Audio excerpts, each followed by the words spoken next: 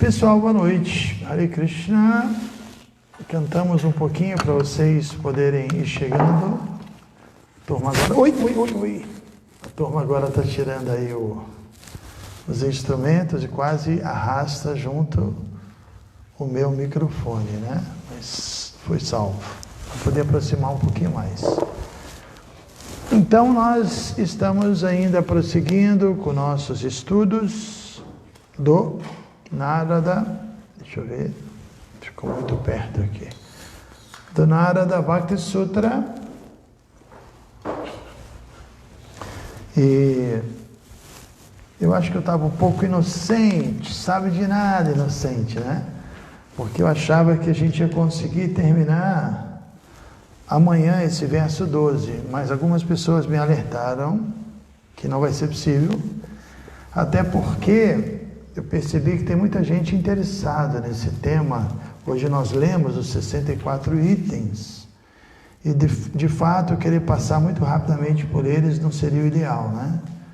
Então eu acho que a gente vai prolongar um pouquinho, não temos pressa, temos todo o tempo do mundo, afinal de contas tudo indica que essa maratona transcendental, ou melhor, essa quarentena transcendental vai se estender um pouco mais, né? Então, não estou mais correndo, acelerando para terminar amanhã à noite, porque hoje me parece que é a live 106, né? E hoje é sexta, exatamente. Então, amanhã seriam 2 lives e acabaria. Mas eu não vou fazer isso, não.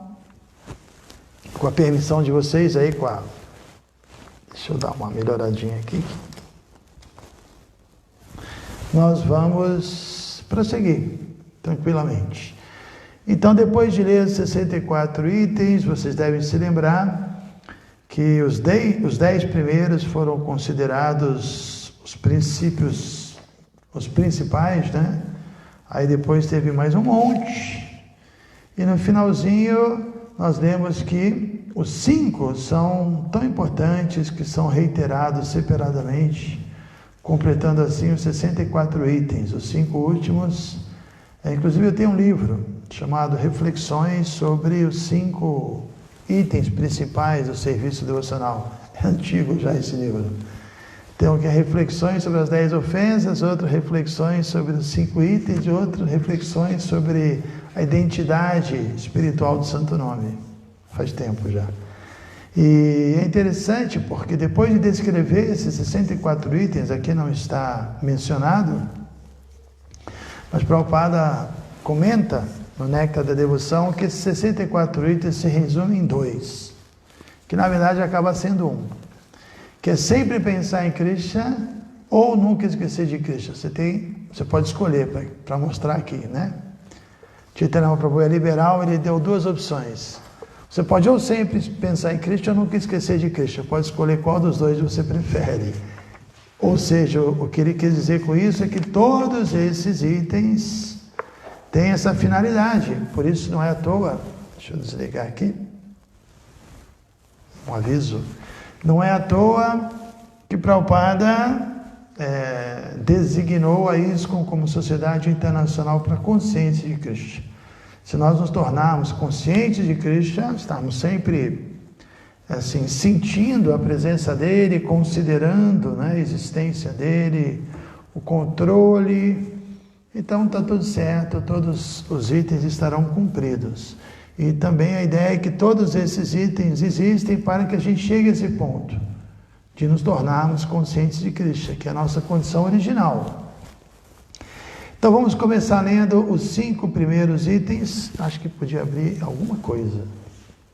Está tudo fechado, apesar do frio, precisamos de ar, né? Não, acho que é melhor ali, senão só vai incomodar o pessoal ali. De qualquer maneira vai incomodar. Vamos ler aqui os primeiros 5 itens, novamente. O pessoal que está aqui assistindo hoje, estamos aqui no salão. Então eles vão repetir, para dar mais potência com a Shakti deles aí. 1. Aceitar o mestre espiritual fidedigno. Aceitar o mestre espiritual fidedigno. 2. Ser iniciado pelo mestre espiritual. 3. Ocupar-se a serviço do mestre espiritual. 4. Receber instruções do mestre espiritual. E indagar acerca do avanço no caminho do serviço devocional. E 5. Seguir os passos dos acharyas anteriores. E seguir as direções dadas pelo mestre espiritual. Então vamos hoje discutir esses 5 temas. E hoje eu recebi uma mensagem do meu tio espiritual Paravyoma, não sei se ele está presente aí, dizendo, levantando um ponto importante, né, sobre a questão do guru, e ele achou que eu estava meio tímido de falar sobre esse tema, né, porque pode parecer que eu estou querendo aí fazer sei lá, né, uma propaganda. E ele falou que não, que eu tinha que falar, abrir o jogo, vejo que é importante, as pessoas estão perguntando. E aí eu sugeri para ele, já queria fazer isso, porque no início o Paravyoma participava mais, de repente ele ficou tímido. Então eu sugeri para ele que no momento, quando a gente chegar a um item aqui que é importante, que ele mencionou, que é que o Guru não deve aceitar muitos discípulos, que ele entre em cena aqui na live e nos ajude a entender esse ponto. Ele mesmo fez um comentário importante, que isso foi falado numa outra realidade, dentro de um contexto diferente, que agora esse movimento Srila Prabhupada é para realmente se expandir mesmo e encher esse mundo de devotos, e todo mundo vai precisar de um guru. E também não podemos sair assim credenciando todo mundo como guru só para que os gurus não tenham muitos discípulos, mas a gente depois vai falar. Então, se ele estiver aí, eu já estou fazendo aqui um anúncio, um convite para ele participar. Então vamos lá, a primeira coisa é aceitar um mestre espiritual fidedigno. Podemos discutir a ideia do fidedigno e a ideia de aceitar. A primeira coisa que me vem à cabeça é a própria história de Srila Prabhupada, assim como a história de Chaitanya Mahaprabhu, porque ambos, né, imagine, estamos falando aí do avatar da era, Chaitanya Mahaprabhu, que revolucionou o mundo e que por 10 mil anos abriu as portas, né, da liberação e está credenciando muita gente para voltar para o mundo espiritual. Mas quem já leu a biografia dele sabe que Chaitanya Mahaprabhu, antes de conhecer seu guru, Ishvara Puri, ele era um pandita, um erudito. Ele era um professor inclusive de gramática, né? E ele nem era, diríamos assim, um amigo dos devotos. Para quem já leu, tem isso no Chaitanya Bhagavat, e também tem um pouquinho do Chaitanya Charitamrita, mas não tão explicitamente. Ele, pelo contrário, ele caçoava dos devotos. Ele tinha essa lila, esse passatempo, né? Porque ele era, assim, a suprema personalidade de Deus, e ele queria testar os devotos e a sua erudição infinita. Então, sempre quando ele entrava num debate, ele derrotava todo mundo. E aí os devotos da época tinham medo dele, evitavam ele, né? Sabe, com aquela coisa, alguém vem numa calçada, você atravessa, disfarça e vai para outra, né? Ninguém queria discutir com Chaitanya Mahaprabhu, porque ele era muito erudito, e ele tinha essa postura de um pandita, de um professor de gramática. Mas quando o pai dele faleceu, Jagannath Mishra, e ele então foi fazer a cerimônia acho que é de Pinda o nome, não tenho certeza se foi essa a cerimônia exatamente. Aí ele foi numa cidade chamada Gaya, que é um lugar realmente que é muito comum, que depois que alguém falece, vai para lá, tem uma confluência lá dos rios sagrados, muito auspiciosa. E ele foi lá e fez todo o ritual necessário, e ele se encontrou com Ishvara Puri. E tão logo ele encontrou-se com Ishvara Puri, ele reconheceu a potência espiritual, reconheceu a sua relação, que na verdade é uma relação eterna. Ishvara Puri era discípulo de Madhavendra Puri, que é uma personalidade muito importante na nossa sucessão discipular, porque ele foi o primeiro, nessa era que nós vivemos, né, nesse mundo, a falar sobre a relação conjugal com Krishna. Ninguém tinha falado disso, ninguém nem sequer imaginava que essa possibilidade existe, e é dito que Madhavendra Puri, ele é um habitante de Goloka Vrindava. Na verdade ele é uma Kalpa Vriksha, uma árvore dos desejos que desceu para satisfazer os desejos de todos, né? E essa árvore, ele na verdade é a semente dessa árvore que germinou, que brotou na forma do seu principal discípulo, Ishvara Puri. E então Chaitanya Mahaprabhu se tornou essa árvore mesmo forte. E não só ele se tornou a árvore, mas quem já leu sabe muito bem, tem um capítulo maravilhoso no Chaitanya que fala da árvore, do serviço devocional. Ele diz que ele se tornou a árvore, cuidou da árvore e também se tornou um jardineiro. Ele desfrutou dos frutos do amor a Deus e também se encarregou de distribuir, iniciou esse movimento de Sankirtan, que é um movimento que está distribuindo o que é chamado de Prema Phala, esse fruto maduro do amor a Deus. Inclusive ele diz que por mais que eu tente sozinho, eu não vou muito longe. Então Chaitanya foi muito humilde, porque obviamente ele era capaz de fazer o que ele quisesse, mas ele disse que, por favor, me ajudem, né? Por favor, todo devoto deve me ajudar a distribuir esse fruto.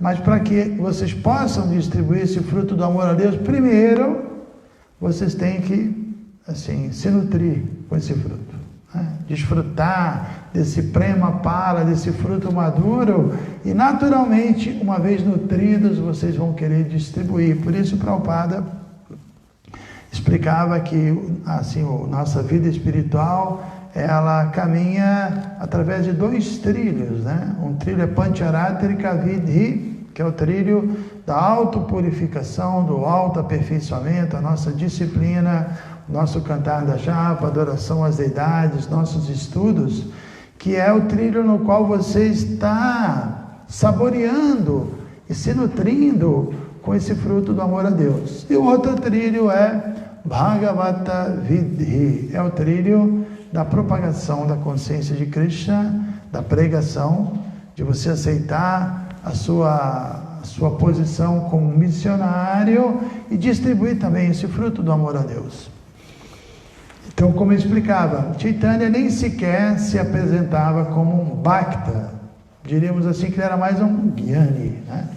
E aí quando ele conheceu o Guru e foi iniciado pelo Guru, ele se transformou por completo. E quando ele voltou dessa viagem, ele era irreconhecível, porque aí ele continuou dando aula por um tempo e para todos os alunos ele começava a explicar simplesmente o nome de Krishna, que todo mundo tinha que cantar o nome de Krishna, explicar a gramática segundo o nome de Krishna, e dizia para todo mundo cantar o nome de Krishna. Até tem uma passagem que é explicada, que os alunos perguntaram, mas qual o nome que a gente canta, né? Ele falou para cantar os nomes de Deus. Aí ele citou exatamente essa parte, Gopala Govindaram Srimad Husudana, que depois Narottam Das Thakura colocou numa canção, né? Gopala Govindaram Srimad Husudana, e Prabhupada cantava sempre, são nomes importantes, Gopala Govindaram Srimad Husudana, né? Então, Chaitanya aceitou, como aqui foi dito, ele aceitou um mestre espiritual fidedigno, e aí, depois da iniciação, ele revelou seus passatempos de salvar o mundo. E Prabhupada, a história é maravilhosa, todo mundo já deve ter lido. Quem não leu, precisa fazer isso rapidamente. Eu acho que é o livro mais importante para todos aqueles que querem praticar a consciência de Krishna, ler a biografia de Prabhupada. A sensação que eu tive quando eu li foi que é o livro mais fácil para você entender o que é Bhakti Yoga. Hoje a Shri Bhakti, minha discípula, esposa do Nanda Kumara, falou, por favor, explique o que é serviço devocional. acabar. Já tinha, né, passado até 1 hora. Eu falei um pouquinho, dei uma resposta, falei da importância de ocupar os sentidos, etc. Mas na hora me veio essa ideia. Eu não falei para não me alongar, não me prolongar, mas eu me lembro claramente que quando eu li, eu entendi o que é serviço devocional. Quando eu vi, assim, quando eu li e vi como Prabhupada atuava, desde o início que ele conheceu o seu mestre espiritual, recebeu a missão de vir ao Ocidente, propagar a consciência de Krishna. Na verdade, Prabhupada é um discípulo tão perfeito, como é dito, né, o discípulo de primeira classe, ele vai além do pedido do Guru. Então, se a gente lembrar, o Guru dele pediu para ele divulgar a consciência de Krishna na língua inglesa. E ele fez isso em todas as línguas do mundo todo, né? Ele extrapolou tamanho entusiasmo, a devoção dele, né? Mas a ideia é que para entender serviço devocional, temos que conhecer os devotos puros. Não tem outro jeito. Não adianta você tentar ficar estudando. Tudo isso é importante, estudar o néctar da devoção, Bhakti Rasamrita e Upadeshamrita, e fazer o seminário e tornar-se um Bhakti Shastra. Tudo isso é muito importante, mas se você não conhece o dia a dia de um devoto, não vê como o devoto se comporta, como o devoto age, especialmente no caso o Srila Prabhupada. Faz o seguinte, fecha a porta aí e abre aquela. Tão simples. Que tem os cachorros querendo entrar aqui. Então, Prabhupada também, ele, passatempo de Prabhupada é que ele era um seguidor de Gandhi, né? Naquela época tinha toda aquela questão dos ingleses, e ele inclusive estava vestido como um seguidor de Gandhi quando ele entrou em contato com o seu guru Srila Bhaktisiddhanta, e imediatamente ele reconheceu que o Srila Bhaktisiddhanta era um guru fidedigno. E não é que Prabhupada teve o primeiro contato com o primeiro guru, e o primeiro guru que apareceu na frente dele, que ele se rendeu. Não é assim. Prabhupada, desde criança, ele conta que na casa dele sempre iam sadhus e gurus e devotos de todo tipo. E Prabhupada conhecia, respeitava, mas não sentiu exatamente a firmeza em nenhum deles, né? Porque, como a gente está lendo aqui, para ser fidedigno, a gente sempre comenta, a pessoa tem que estar dentro de uma sucessão discipular e tem que estar dedicando completamente sua vida. Completamente sua vida. Não tem outra coisa a fazer, a não ser dedicar sua vida. Não é que o guru tem um monte de afazeres e uma vez por semana, um dia por mês, em alguns momentos ele dá uma aula, ele palestra, mas a vida dele é cheia de conexão com as coisas materiais. Não pode ser assim. Não faria o menor sentido, né? Uma pessoa que entendeu a consciência de Krishna e assumiu essa posição de professor espiritual, ele tem que ser um acharya, ele tem que dar exemplo, né, do que ele está pregando. E a gente tem falado tanto que temos que atingir esse serviço devocional exclusivo. Então o Guru está exclusivamente ocupado no serviço devocional, como verso 9 do capítulo 10 explica, Madgata Prana Bodhayanta Parasparam. Está com a sua mente, Madgata, fixa em Krishna. Madgata Prana, sua vida prática, seu tempo, seu ar vital, ele está oferecendo a Krishna. Bodhayanta Paraspara, está sempre falando de Krishna. Kata, Krishna Kata Yantas Chamanitya, regularmente, sempre falando de Krishna, né? Inclusive, para quem já leu o Néctar da Devoção, tem os sintomas de uma pessoa que atingiu esse estágio. Um deles é que ele quer sempre pregar, ele quer sempre falar de Krishna, quer sempre descrever, quer sempre partilhar a sua experiência. Isso é muito prazeroso. Tushyanti Charamanti Cha. Por fazer isso, a pessoa não apenas tushyanti se mantém nutrido, mas ramanti, saboreia uma bem-aventurança. Então, como eu disse, Maktita, Madgata Prana Bodhayanta Paraspara, ocupando mente, corpo e palavras. Maktita é a mente, fixa em Krishna. Madgata Prana é a vida, o seu próprio corpo. e Bodhayanta Parasparankatayantas. E sempre usando também as palavras a serviço de Krishna. Você é um devoto puro. Alguém que está o tempo todo dedicado, plenamente dedicado. E quando o Prabhupada conheceu o Srila Bhaktisiddhanta e recebeu essa missão, a vida dele completamente mudou. E a vida de milhares e milhares de outras pessoas, depois, por conta de Prabhupada ter assumido essa posição de discípulo também, a vida dessas pessoas mudaram e continuam mudando, né? Eu acho que aqui mesmo, assistindo, aqui no Insta, no Face, tem muita gente que pode dar esse depoimento. Depois que leram o livro de Prabhupada e conheceram a consciência de Krishna a partir de Prabhupada, a vida se transformou. Houve uma mudança tremenda, uma revolução profunda, que é a revolução verdadeira, que é a revolução da consciência. Qualquer outra revolução é trocar 6 por meia dúzia. Qualquer revolução dentro da energia material não leva a nada. Tirar um presidente, colocar outro, só vai, né? Não significa nada. Obviamente, esse é um tema que hoje em dia parece estar pegando fogo, né? Mas a ideia é que não é besteira, né? Nosso problema não é a má administração do nosso país ou qualquer outra coisa. Nosso problema é falta de consciência de Deus. Tudo bem, se nós pudermos colocar um governante consciente de Deus, aí é diferente. Mas trocar 6 por meia dúzia pode melhorar a minha vida material, minha gratificação dos sentidos, meus interesses pessoais e, sei lá, algo que vai compactuar mais com a minha forma de pensar, mas é besteira. Foi isso que Bhaktisiddhanta disse para Prabhupada, né? Quando Prabhupada, logo nesse primeiro contato, que Bhaktisiddhanta falou que ele tinha que pregar a consciência de Krishna no mundo todo, imagine, primeiro contato, a descrição da biografia que Prabhupada ofereceu reverências para ele, colocou a cabeça no chão. Quando entrou, ele estava dando uma palestra, algo assim, né? E antes de Prabhupada se levantar, Prabhupada nem tinha assim se levantado, estava no meio da reverência, Srila Bhaktisiddhanta falou: vocês são pessoas muito educadas, deveriam propagar a consciência de Krishna no mundo todo. Espalhar, né?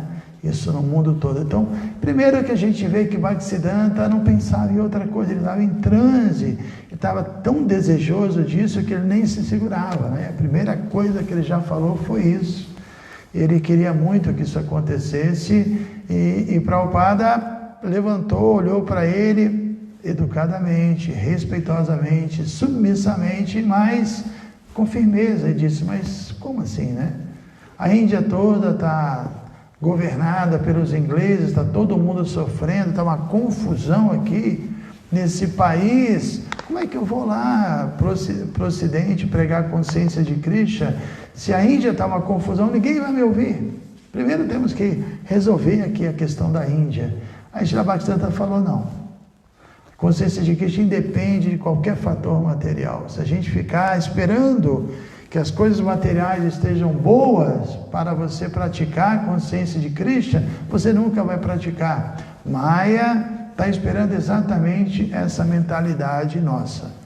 Chegar para Maya e dizer: ah, Maya, quando estiver tudo bem, aí eu vou me render. A Maya sabe, isso aí já está no papo.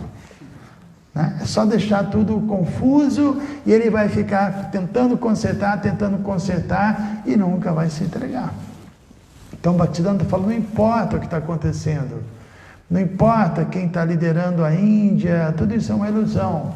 O que importa é que nós devemos agora distribuir a consciência de Krishna, é transcendental qualquer fator material e, obviamente, né, Srila Bhaktisiddhanta deve ter apresentado com uma potência, com argumentos tão fortes que, naquele momento, o Prabhupada, muitas vezes, durante as palestras, ele disse que naquele momento eu entendi que ali tinha um devoto puro de Krishna e eu assumi essa missão para mim e toda a minha vida foi transformada a partir daquelas palavras. Aí Prabhupada teve toda uma vida de preparação.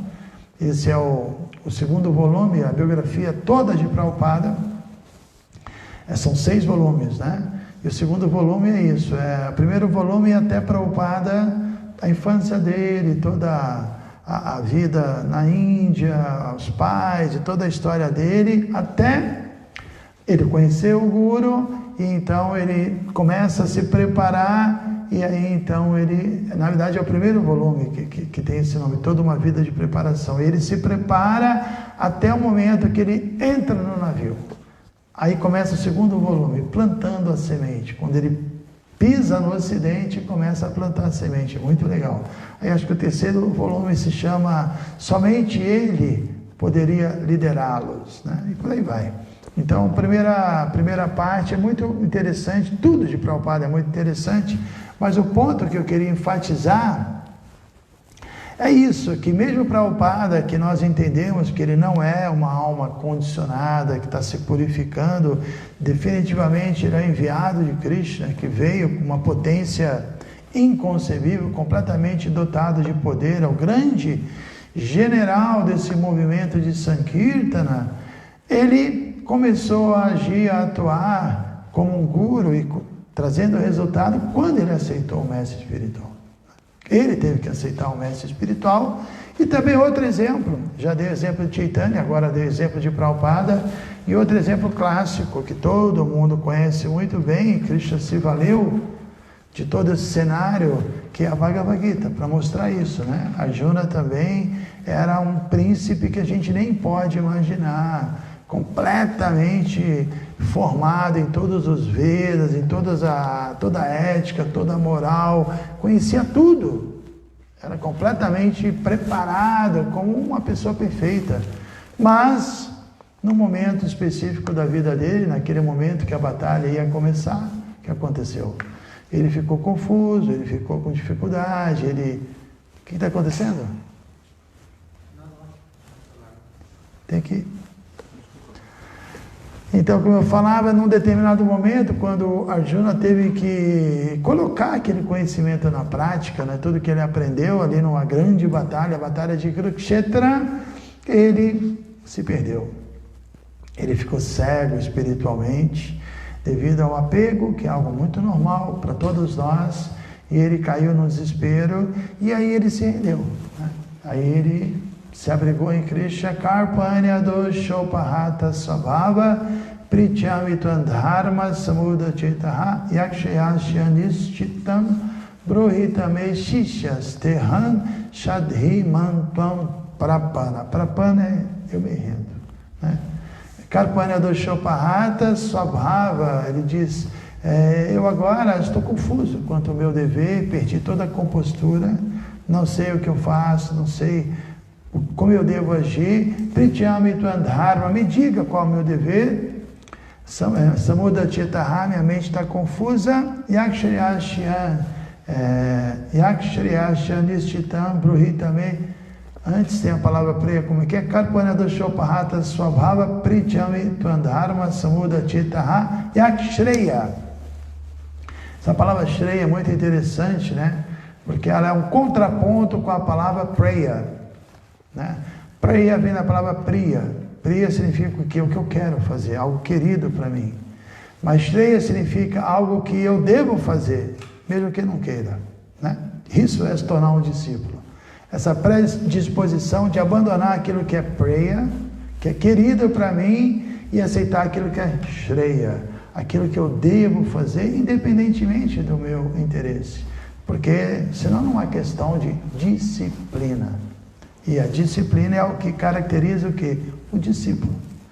Então Arjuna é esse exemplo também, que depois que ele se entrega, que ele aceita Krishna e começa todo um diálogo com Krishna, também ele dá vários exemplos perfeitos. Arjuna é o exemplo perfeito para nós. Primeiro, que ele admite que apesar dele ser quem ele era, um semideus, né? Filho de Indra, um Kunti Devi, uma pessoa completamente assim, transcendental, diríamos assim, poderosa, foi humilde e pediu ajuda. Admitiu que ele não teria capacidade de dirimir suas dúvidas, de solucionar seus problemas e se rendeu. E no verso seguinte a esse verso que eu mencionei, Karpanya doshopahata, é o verso 7. O verso 8 é importante também, que ele fala: não consigo encontrar um meio de afugentar este pesar que está secando meus sentidos. Eu sei que Mesmo se eu obtiver uma opulência igual de Sorindra, e alcançar a vitória nessa batalha e me tornar opulento e vou, assim, poder reinar, não é isso que vai resolver meu problema. Ou seja, ele não procurou um guru para obter resultados materiais. Ele disse, eu entendo que não é isso. Não é isso que vai resolver o meu problema. Eu não encontro um jeito. Eu sei que não é me tornando rei, vencendo, ficando poderoso, né? Essa é a posição. Ninguém busca um guru só para satisfazer seus desejos materiais. Então, Arjuna deu esse exemplo. E Krishna, isso é verso 7, 8, né? Aí, a partir do verso 9, Krishna começa a dar instruções valiosíssimas. O capítulo 2 é muito importante. Podemos passar a nossa vida inteira fazendo lives do capítulo 2. Porque realmente é muito importante. Até aqui no verso 38, a partir do verso 12 ao 38, passa por muitas questões, Sankhya principalmente, né? E aí então Krishna fala, Sukeduke samekritva labha labho jaya jayo tato yujaya yujyasva naivam papam avapsyase. Ele fala que Arjuna, lute por lutar. Sukeduke samekritva, sem considerar sukha, felicidade, dukkha, tristeza. Same, sama, equânime. Kritva, haja com equanimidade, independentemente do prazer e da dor. Sukha dukkha same kritva, labha labho, ganho ou perda, jaya jayo, vitória ou derrota. Naiva papam avapsyasi. Se você agir assim, sama, equanimemente, você nunca vai incorrer em pecado, não se preocupe, você vai superar todos os seus problemas. Aí então, supostamente, né, acabou a conversa, porque Arjuna se rende ao Guru, e o Guru fala para ele lutar. A dúvida dele era essa, luto ou não luto? Aí o Guru apresenta a filosofia e fala, então você tem que lutar. Então Arjuna podia falar, ok, Gurudeva, vou lutar. Mas como um discípulo perfeito, ele deu argumentos, falou, como assim, Krishna? Como eu vou lutar? São meus parentes, é meu mestre de arma, meu avô Bhishma, são entes queridos. E mais do que isso, com essa matança toda, as famílias vão ser destruídas, as mulheres vão ficar sem proteção, vai ser um caos, eu não posso lutar. Ou seja, ele não tinha ainda compreendido plenamente, e o que é absolutamente natural. Imagine, Krishna conversou, falou ali 20 versos para ele. 20 versos são importantes, mas não significa que com 20 versos a conversa acaba, né? O assunto é longo. Então é interessante que Arjuna não foi aquele discípulo fanático que obedeceu cegamente, obedeceu sem compreender. Aí ele deu argumentos com muita educação. Ué, já acabou? Nem comecei ainda. Deixa eu compartilhar aqui.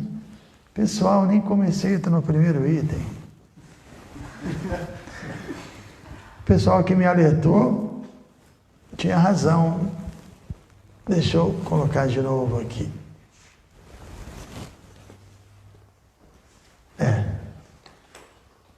Acho que voltou, né, pessoal? Pode voltar, não? Então, é o que eu falava. Arjuna deu esse outro exemplo. Primeiro exemplo de aceitar, de reconhecer que não ia resolver sozinho os seus problemas. Segundo exemplo, de deixar bem claro que ele não estava buscando abrigo do Guru para resolver seus problemas materiais, para se dar bem na vida, né? E depois, ele dá o exemplo de alguém que revela a mente, que não é um discípulo assim, que segue cegamente, que quer entender. A gente leu aqui, eu acho que foi o quarto item, indagar acerca do serviço devocional. É o que ele fez, mas espera aí, como é isso? Eu preciso entender melhor. E aí ele fez perguntas e Krishna respondeu, e essas perguntas continuaram. É todo um colóquio ali muito transcendental, e perguntas e respostas maravilhosas, e tudo isso um arranjo de Krishna, para que a gente pudesse ter esse material para agora nós estudarmos, né?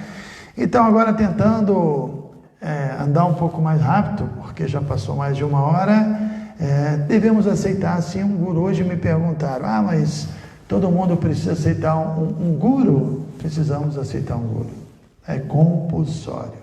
Prabhupada fala isso milhões de vezes. E hoje de manhã eu dividi os 9 itens do serviço devocional. Shraddha, que é quando você coloca o seu coração na vida espiritual. Sadhu Sangha, associação com os devotos. E Bhajana Kriya, que é o serviço prático, eu coloquei como o início, né? Como sambanda, essa conexão. E depois, o segundo estágio, que você já se conectou, você já está conectado, eu também comecei a explicar isso como Bhajana Kriya. Por quê? Porque o primeiro Bhajana Kriya não inclui a aceitação de um guru. Tem muita gente que não aceitou um guru, que está cantando, que está oferecendo alimento, que está servindo dentro do possível. Mas quando você aceita um guru e você recebe orientação direta de um guru, e aí sim aquele conhecimento vai ser direcionado para você, para a sua questão, para os seus obstáculos, né? Para os seus maus hábitos. Então, essa relação pessoal é muito importante, senão fica muito subjetivo. E Prabhupada também, muitas vezes, quando ele traduz a palavra Bhajana Kriya, que é Kriya, ações, Bhajana, de adoração a Krishna, práticas devocionais, ele fala da iniciação espiritual, que é um marco. Bhajana Kriya é o marco da iniciação. Mas, evidentemente, muita gente já está praticando, mas sem ainda a conexão com o guru. E o efeito não é completo. O efeito é completo quando você tem uma instrução direta, né? Isso é muito importante. Aí você é promovido à 4ª fase, que é Anartha Nivriti. Você consegue se livrar dos seus obstáculos, dos seus maus hábitos, daquilo que está impedindo você de avançar. Porque a gente sente isso, a gente tem travas, né? A gente tem travas, a gente acaba desenvolvendo, assim, como é que é o termo técnico? Hábito. A palavra é boa. Tudo é muito assim, você... a semana passada eu ganhei um desses microfones que a gente está usando, o devoto lá de Brasília, o Sadhu Sangha, mandou. Aí ele viu, quando eu coloquei o fone de ouvido, eu falei, né, poxa, o negócio é chato, né? E depois, passou uma semana, chegou o microfone, né? E aí, quando eu fui fazer a live sem o fone de ouvido, eu já tinha me habituado com ele, eu comecei a sentir falta do fone de ouvido.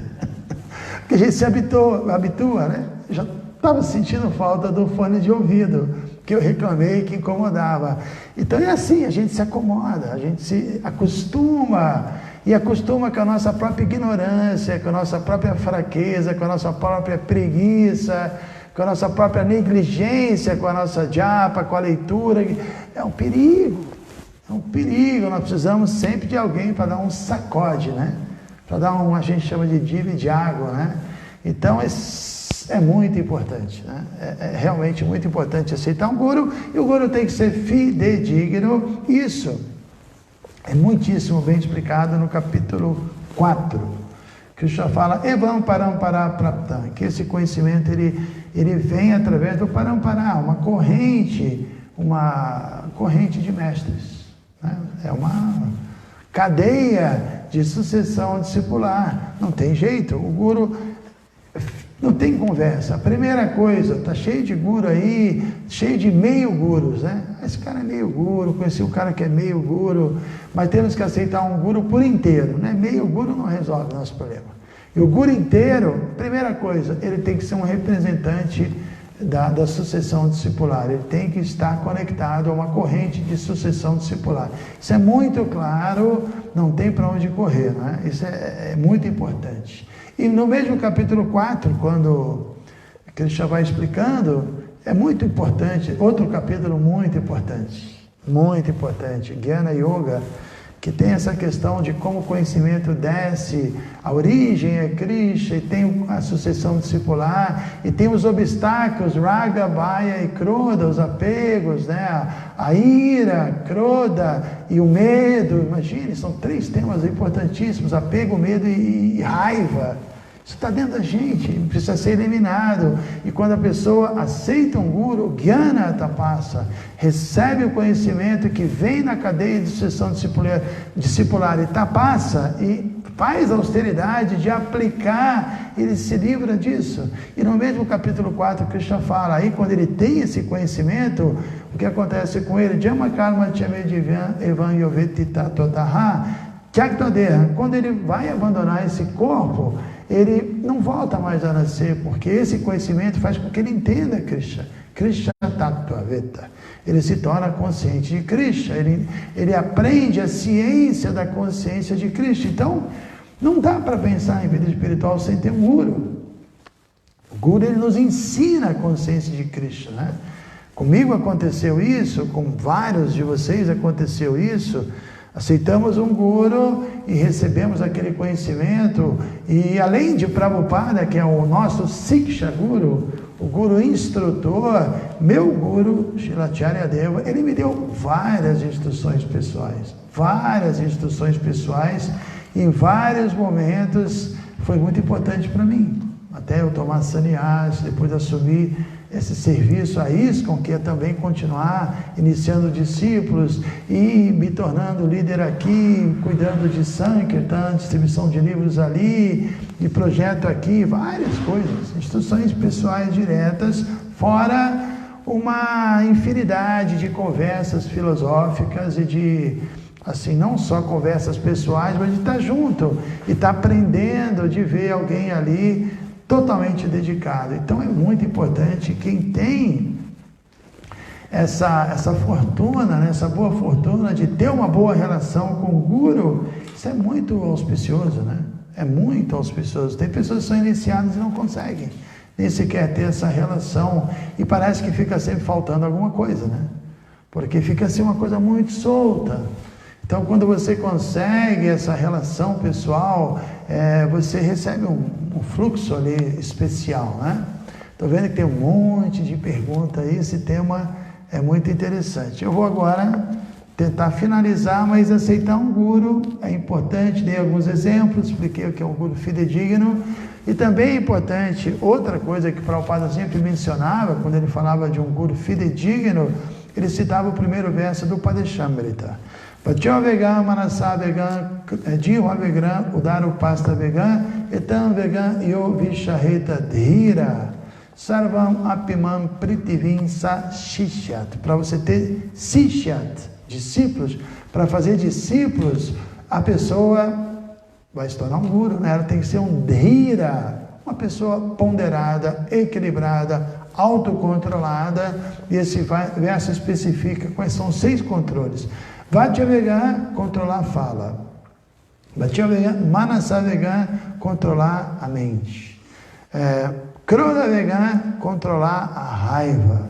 Jivavegan, controlar a língua. Udaravegan, controlar o sexo. E o Pastavegan, controlar o estômago. Essas 6 coisas, né?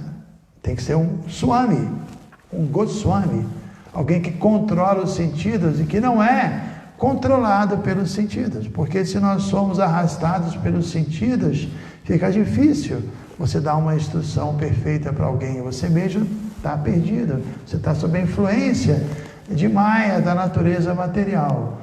Então é isso, né? Muitas pessoas perguntam sobre o guru, a gente está explicando aqui, não sei, às vezes as pessoas querem que a gente tenha uma resposta mais técnica. Mas eu acho que não é isso que a gente deve buscar uma compreensão filosófica, que a coisa técnica é óbvia. Qualquer pessoa com bom senso vai entender como se aproximar, etc. e tal, mas a compreensão filosófica, sem dúvida, é a coisa mais importante. Então agora, realmente eu vou tentar terminar. Aceitar um mestre espiritual fidedigno, já expliquei, ser iniciado pelo mestre espiritual, também já mencionei. Ocupar-se a serviço do mestre espiritual, agradar o mestre espiritual, não é? Porque é como nós cantamos diariamente, Yasya Prasada, Bhagavat Prasada. Para você receber Bhagavat Prasada, a misericórdia de Bhagavan, de Deus, você primeiro tem que Yasya Prasada, pela sua misericórdia, pela misericórdia do Guru, você vai receber a misericórdia de Krishna. Então, você tem que agradar o Guru. né? É nosso treinamento. Eu quero servir a Krishna, agradar a Krishna, mas Krishna está onde? Está muito longe. Obviamente ele está dentro de você, mas não temos esse contato. Krishna está dentro de você, mas como o canal está entupido, se ele está dando ordem para você, você não está ouvindo. Mas está aí o Guru, e ele vai te dar uma ordem, você vai ter que ouvir, né? Então, nós treinamos essa relação com Krishna através do Guru, uma relação de rendição, de serviço, de procurar agradar, de se dedicar e por aí vai. Por isso que não é diferente. Servir o Guru é como servir Krishna. 4, receber instruções do mestre espiritual, instruções pessoais, né? Tratamento pessoal, indagar acerca do avanço. Nada mais satisfaz um guru do que ver discípulos inteligentes, fazendo perguntas relevantes e interessados em ouvir para aplicar, né? Não aquela coisa de que não vou nem perguntar, porque se ele me responder eu não vou seguir mesmo, então eu vou ficar lá sentado lá atrás no final e nem vou... Ou então vou perguntar só para fazer uma média, ou dar uma de rendido, mas na prática, depois de 2, 3 vezes, o guru vê que a pessoa sempre pergunta, mas nunca faz. Então também não resolve, né? E finalmente o item 5, seguir os passos dos acharyas anteriores, porque o guru é um servo dos acharyas anteriores. Ele está representando. Então, Prabhupada, no Néctar da Devoção, traduz que você deve seguir os passos dos acharyas anteriores sob a instrução do Guru, porque você não deve passar por cima do seu Guru e ir direto para os acharyas anteriores. Por isso que existem pessoas que querem assim dizer que, não, só Prabhupada é o Guru, ninguém precisa ser mais Guru, Prabhupada é o Guru. Não, isso significa passar por cima da sucessão discipular e pular uma etapa. Não, precisamos de um Guru, e esse Guru vai nos ensinar a dedicar nossa vida para Prabhupada. Essa é a função dos Gurus na ISKCON, e eles fazem isso.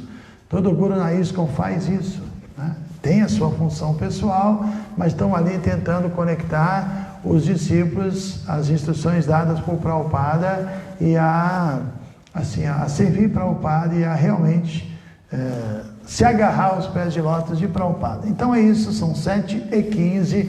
Eu sei que tem muitas perguntas e eu diria o seguinte para vocês: amanhã iremos respondê-las, mesmo. Às vezes eu falo que vou responder e acabo não respondendo, né? Mas o pessoal aí está anotando, já que a gente fez aqui com todo mundo, aí o pessoal está podendo me ajudar, porque senão fica muito tarde. Já deu mais de 1h15, e está muito bom, porque eu quero sempre no final ver as pessoas que estão aí para dar aquele tchauzinho legal. Acenar para quem acenou para mim, isso não é falta de educação. E hoje, curiosamente, dentre várias mensagens que eu recebi, 2 falaram: eu gosto tanto quando você acena para mim. Então eu vou acenar, né? Vou acenar para Rafa, vou acenar para Lio Pinheiro, Walter Vendas, Vicharupa, vou acenar aqui para Crer Sendo na Luz. Crer Sendo. Tá uma jogada com as palavras, Crer Sendo. Erika Nitai, vamos acenar para ela. A Líria Chaitanya Mali. Muito obrigado por tudo. Jai Chaitanya, você é um cara legal. Você é um discípulo bacana. Vida de enfermeira, Rose, vou assinar para ela. Consciência de Krishna, tem alguém que tem esse nome aqui, ó.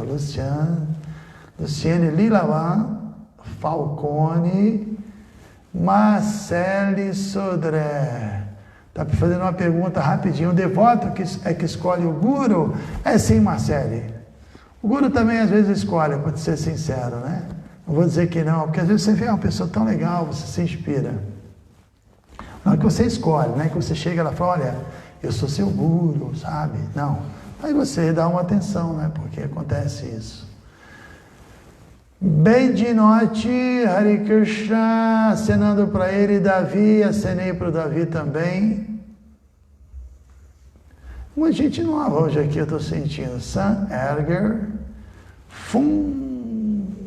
sei lá o quê. Vrim Rezende, lá de BH, tudo bem? Vrindavana. Carlinha Torquato, William. Essa parte que eu mais gosto, viu, pessoal? Eu sei que vocês não gostam muito, mas eu quero ver, né? Com quem eu estou. Vrajamani, câmera, Leile Sueli, Alíria. Vamos acenar, vamos acenar.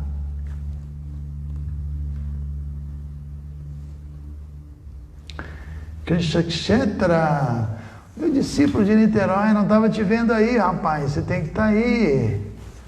Carla Luz Sol, Andréia, Rocha, Fátima, Madhusudana de Brasília, Clarinha, lá de Pati, Lu, Reno, Geisiane, por aí vai. Uma turma boa aqui, né? E aqui a turma do Face, que é a turma mais animada, tem mais de 100 pessoas aqui. Então é isso, pessoal. Não dá para... Aqui está mais difícil de ver quem é. Giane, Rosângela, perguntou, leu minha mensagem? Rosângela, eu acho que eu li. Dentre muitas que vieram, eu tenho que pedir paciência para vocês. Está difícil. Agora eu inventei essa coisa de Vedanta sem firula, ainda estou inventando assim, a maratona do Bhagavatam, que a gente ainda vai organizar. É muito detalhe, né? Tá difícil, mas eu vou responder. Tenham paciência. Por isso que tem a tal da PEC 108. Paciência. Ana Cristina Lila Nata, reverência, obrigado pelo elogio. Maria Rita, Raquel, Raça Priya Gupi, tá aí. Vladimir Reis. Então o pessoal tá na hora das hashtags, né? Não sei se vocês assistiram hoje, eu botei lá um videozinho, botei no Face, acho que também no Instagram, a apresentação do Vedanta Sem Firula, né? Todo mundo entrando lá, vou ver se na quinta-feira agora vai ser o primeiro vídeo que nós vamos fazer, deve durar uns 15 minutos, no máximo 20, eu não consigo falar pouco, vai ser um esforço para mim falar pouco. Se bem que eu fiquei fazendo 15 minutos de Bhakti, né? Falava pouco, mas sempre saía coisas legais. Ok, Francine. Tudo bem, Francine? Como é que está a nossa devotinha? Como é que é o nome dela? Nina. É a Nina. A Nina é muito legal. Ela é impressionantemente legal. Quarentena tem que acabar, mas as lives não. Ficou legal o vídeo, deram positivo. Sudarshana, de Juiz de Fora, Nila Madhava, de Niterói, Francine e Nina. Eu falei antes de você escrever. Nimai, Carol e Fernando. Jai, Carol. Paulo Barroca, Silmara, Caroline, muito legal o vídeo. Sim, vi o vídeo. Maria Rita, Amanda, saudades do 15 minutos de Bhakti. Amanda, lá de Floripa, vai lá no meu Krishna Play. Débora, Vedanta Sem Firula, hashtag Lucimar Quarentena. A gente inventa muita hashtag, né? Maria Zilda, Lilanata com a hashtag Lives Forever. Mahatma ficou show o vídeo. Rosângela, hashtag Quarentena. Eric. Então é isso. Temos perguntas, né, Ananta? Então eu prometo minha palavra de Hare Krishna, que amanhã eu vou responder as perguntas, tá? Que eu acho que é legal. Mas você tem que me mandar direitinho aí para poder me organizar. Então é isso. Podemos concluir. Agradeço mais uma vez. Amanhã, 7h15, ou seja, daqui a pouquinho, né? Agora a gente toma uma sopinha, vai dormir, acorda, canta japa e de novo tá aqui junto. Shila Prabhupada aqui. Gora Premanande.